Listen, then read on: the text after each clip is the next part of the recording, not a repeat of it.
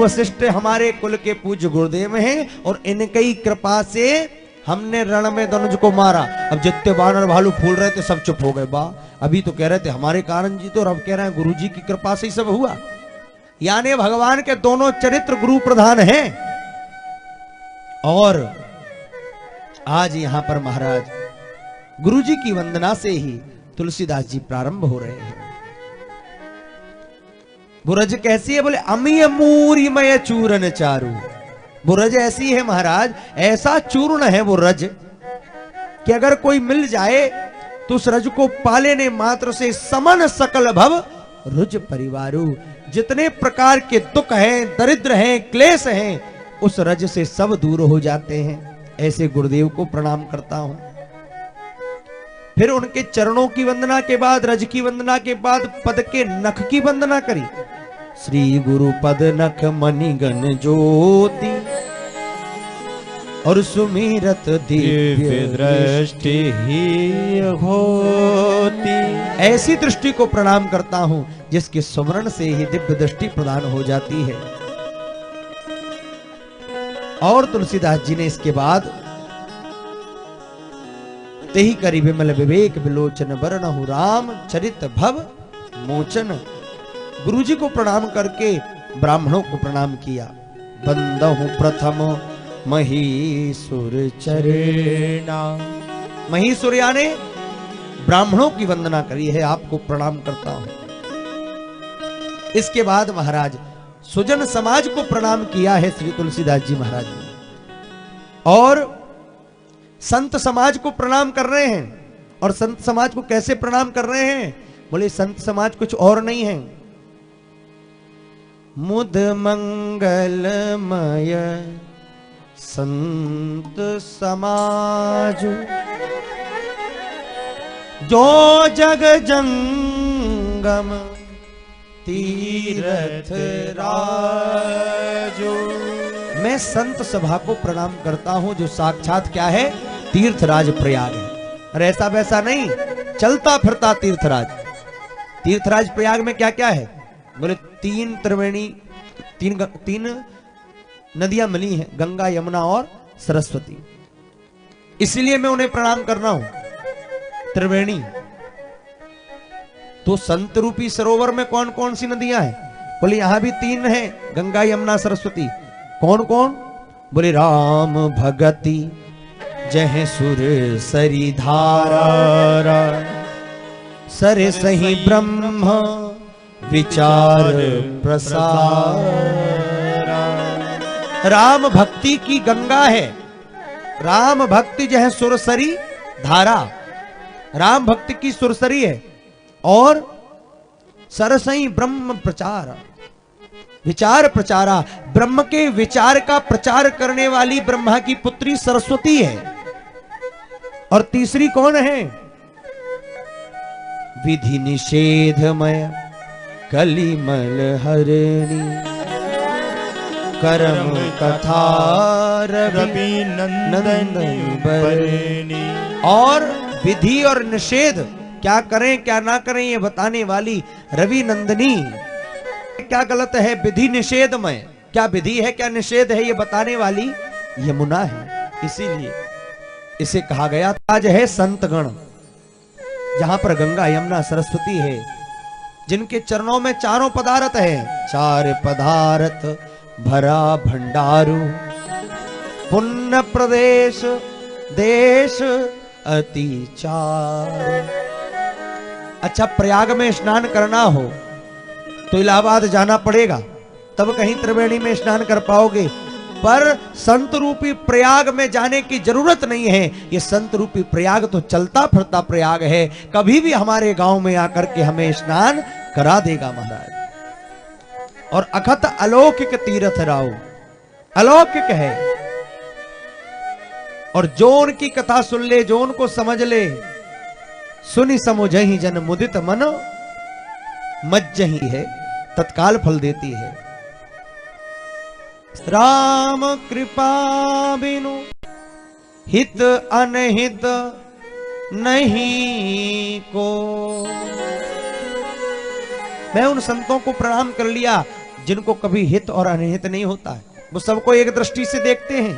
तितिक्षुवहा कारुणिकहा सुहृदा सर्वदेहि नाम, जो सबको एक सा देखते हैं। अजात शत्रवहा शांतः साधवः साधु भूषण। ऐसे श्री संतों को प्रणाम करने के बाद अब महाराज खल की वंदना कर रहे हैं। बोले भैया खल की क्यों वंदना कर रहे हो? बोले इनकी तो ज्यादा जरूरी है, अच्छे कामों में सबसे पहले यही आते हैं, तो सबसे पहले हमें नहीं है प्रणाम कर ले। दुर्जनम प्रथमम वंदे, दुर्जनों को पहले ही प्रणाम कर लो। जब कोई काम करो और लगे कि भैया फलाना टांग अड़ाएगा, तो उसको पहले ही पूछ लो भैया तू पहले आ जा, तो कम से कम खुश तो हो जाए। इसलिए तुलसीदास जी खल की वंदना करते हैं। किसी ने कहा क्यों खल की वंदना करी? बोले सर्वस अपनो बिगाड़। खल क्या करता है? बोले सब अपना बिगाड़ ले भले। सर्वस अपनो बिगाड़ सिर धर यमदूत मार। सब प्रकार खल दोभे साधुन के मलन को, और महाव्रतधारी बिनु हेतु उपकारी को, ऐसी जिए जान प्रणाम किए खलन को। इसलिए प्रणाम कर रहा हूं। 2 अक्षर है खल में, एक खा दूसरा ला। खलियाने बोले जो खाए और लड़े उसका नाम खल। एक बोला नहीं नहीं, जिसका खाए उसी से लड़े उसका नाम है खल।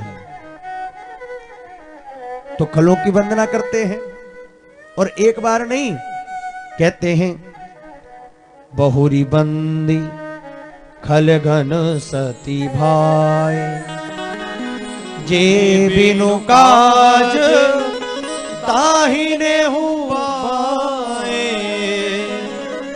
जे बिनु काज ताहिने हुआए।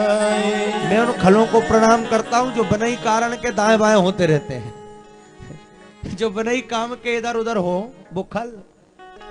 ना अपना अच्छा देखते ना बुरा देखते, बनई काम के, कभी जा पार्टी में कभी बा पार्टी में, वही खल है। जो बिन काम बनई काम दाहिने हो बाएं, जो दाएं बातें होते रहते हैं। जो महाराज पर हित हानि लाभ जन केरे, उजरे हरस विषाद बसेरे। जिनकी दृष्टि में दूसरों का हित या हानि दिखाई नहीं पड़ती, उनको तो अपने ही लाभ दिखता है, दूसरा उसमें चाहे कुछ भी हो।